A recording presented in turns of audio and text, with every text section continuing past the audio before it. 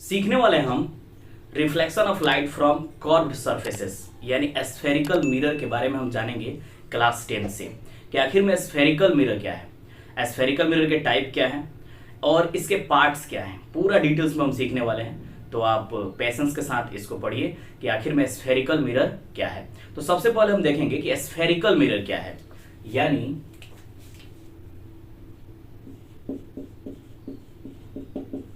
Spherical mirror, spherical mirror मतलब ये निकलता है कि कोई भी स्फेयर, कोई भी एक स्फेयर है, यानी कोई भी स्फेयर जो लाइट का रिफ्लेक्शन करे। अगर इसको दो पार्ट हम कर देते हैं, यानी कोई भी एक स्फेयर लेते हैं और इसको दो पार्ट कर देते हैं, तो इसमें से दो कर्व सरफेसेस मिलते हैं जो लाइट को रिफ्लेक्शन करते हैं। यानी कि कोई भी एक स्फेयर लेते हैं और उसको दो पार्ट करने से उसमें से दो कर्व सरफेसेस मिलेंगे जो लाइट के रिफ्लेक्शन को करेंगे। और यह दो पार्ट जो कहलाएगा, एक कॉनकेव मिरर कहलाएगा और दूसरा कॉन्वेक्स मिरर कहलाएगा। यानी स्फेरिकल मिरर के दो पार्ट हो गए। ये है कॉनकेव मिरर, ये जो आप ऑब्लिक्यूली लाइन देख रहे हैं ये है polished surface, polished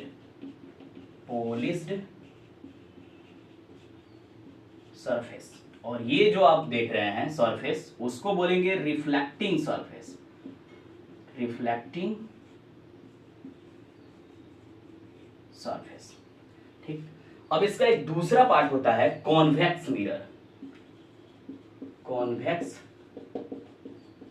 mirror.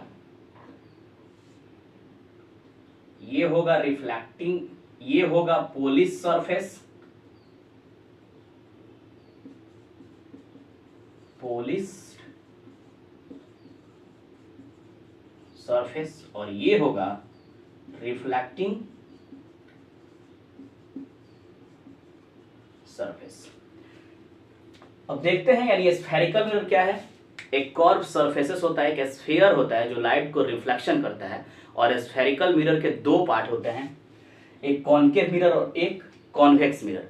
Concave mirror क्या है? जिसका रिफ्लेक्टिंग सरफेस, ये जो आप देख रहे हैं रिफ्लेक्टिंग सरफेस है, और ये जो पीछे आप देख रहे हैं जिस पर ऑब्लिक्यूली लाइन यानी तिरछा लाइन है, ये पोलिश्ड सरफेस है।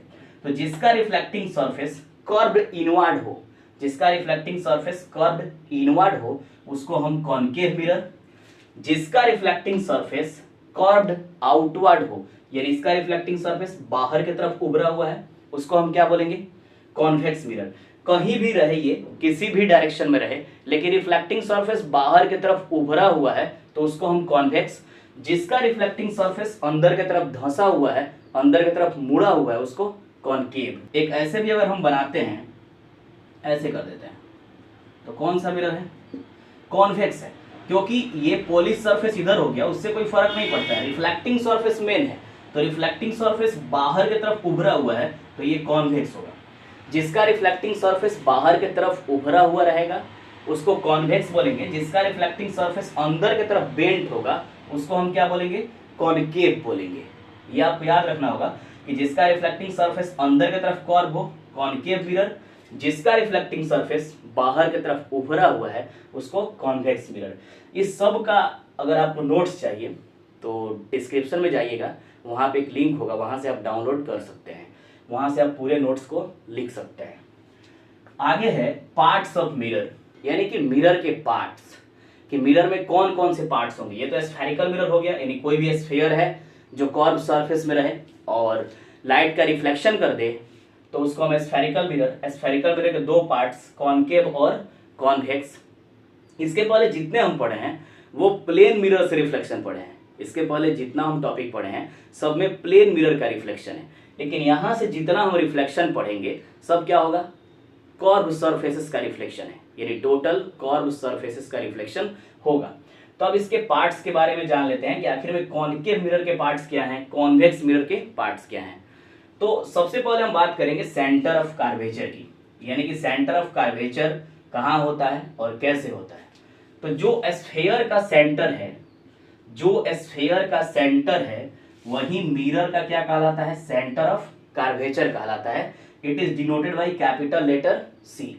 यानी जो ये स्फीयर का सेंटर है, स्फीयर का सेंटर होता है आप जानते हैं, तो जो स्फीयर का सेंटर है वही मिरर का सेंटर ऑफ कर्वेचर कहलाएगा।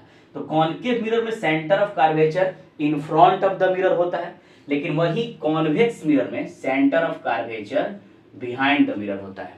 आपको याद रखना होगा कि कॉन्वेक्स मिरर में सेंटर ऑफ कर्वेचर पीछे होगा, कॉन्केव मिरर में सेंटर ऑफ कर्वेचर सामने होगा। अगला है रेडियस ऑफ कर्वेचर, यानी रेडियस ऑफ कर्वेचर क्या है? तो जो स्फीयर का रेडियस है, जो स्फीयर का रेडियस है वही मिरर का क्या कहलाता है? रेडियस ऑफ कर्वेचर कहलाता है। Radius of curvature is denoted by capital letter R, यानी जो स्फीयर का रेडियस होगा, कोई भी स्फीयर होगा तो उसमें रेडियस होगा, ये स्वाभाविक है, तो वही मिरर का क्या कहलाएगा? रेडियस ऑफ कर्वेचर कहलाएगा। यानी कि सीधे अर्थ में आप ये भी कह सकते हैं कि पोल से लेकर सेंटर ऑफ कर्वेचर के बीच के डिस्टेंस को हम क्या बोलेंगे? Radius of curvature. यानी जो स्फीयर का रेडियस होगा वही मिरर का रेडियस ऑफ कर्वेचर होता है। It is denoted by capital letter R, यानी कि इसको आर से इंडिकेट करते हैं। दूसरा पोल, यानी कि mid point of mirror is called its pole, यानी कि मिरर का जो मिड पॉइंट बीचला हिस्सा है उसको क्या बोलेंगे? हम पोल बोलेंगे। पोल को किससे डिनोट करेंगे? पी से डिनोट करेंगे। यहां भी हम लिख सकते हैं पोल, यानी कि जो मिरर का मिड पॉइंट है उसी को हम क्या बोलते हैं? पोल बोलते हैं। अगला आता है प्रिंसिपल एक्सिस, यानी एक लाइन जो सेंटर ऑफ कर्वेचर से होते हुए पोल से निकल जाता है उसी को हम क्या बोलेंगे? Principal axis. यानी एक लाइन जो सेंटर ऑफ कर्वेचर से होते हुए पोल से निकल जाए उसको क्या बोलते हैं हम? Principal axis. It is denoted by X Y, इसको हम एक्स वाई से इंडिकेट करेंगे। यहां भी हम इस मिरर में भी ऐसे बना देते हैं, ये एक्स वाई से डिनोट हो। प्रिंसिपल एक्सिस क्या है? जो पोल और सेंटर ऑफ कर्वेचर से एक लाइन पास करे, स्ट्रेट लाइन पास करे, उसी को हम क्या बोलेंगे? Principal axis. उसको एक्स वाई से इंडिकेट करेंगे। अगला होता है एपार्चर, यानी एपार्चर क्या है? Size of the mirror is called aperture. Aperture is denoted by M M dash, यानी मिरर कितना साइज का है, कितने हाइट का है, इसी को हम क्या बोलेंगे? एपार्चर बोलेंगे। जैसे आप देख सकते हैं एम एम डैश से उसको दिखाया जाता है, यानी size of the mirror is called its aperture. तो पोल हो गया, सेंटर ऑफ कर्वेचर हो गया, प्रिंसिपल एक्सिस हो गया, एपार्चर हो गया। एक चीज इसमें खासियत है, याद रखना आपको, पहले भी मैं बता चुका हूं कि कॉन्केव मिरर का centre of curvature in front of the mirror होगा और वही कॉन्वेक्स मिरर का centre of curvature behind the mirror होगा। तो ये पार्ट्स ऑफ मिरर हुए। आगे हम फिर पढ़ेंगे कि इसका फोकस क्या होगा, यानी कि मेन फोकस, फोकल लेंथ, दोनों मिरर का हम पढ़ेंगे। इसमें आशा करते हैं कि आप बेहतर समझे हैं। इसमें जो भी आपको डाउट होता है तो आप कमेंट सेक्शन में कमेंट कीजिएगा।